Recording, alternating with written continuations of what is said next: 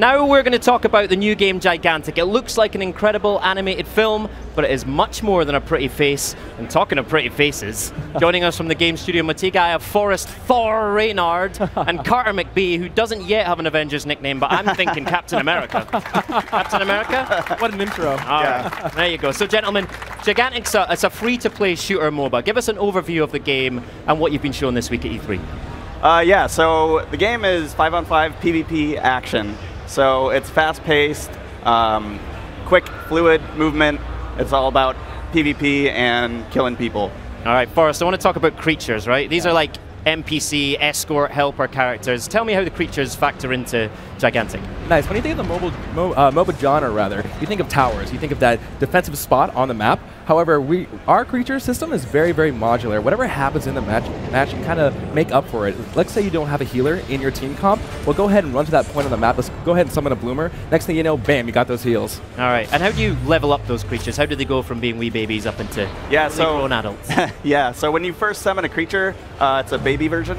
And you can use what's called Focus, which is kind of like this power meter that you build up by fighting. So doing damage, taking damage, basically being active, you'll build this up.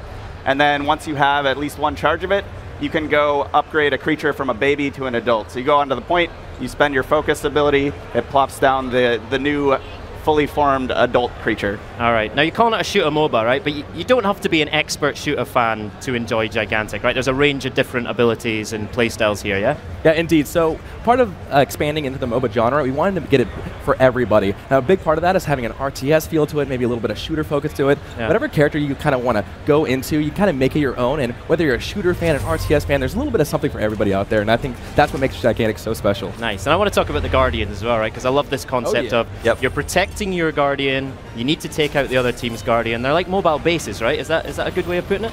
Yeah, yes and no. So they're not just bases, they actually do move around the map and you interact with them. So, you know, unlike, you know, some other games where, you know, the base thing that you're protecting is just this stationary thing, your Guardians will charge out onto the map.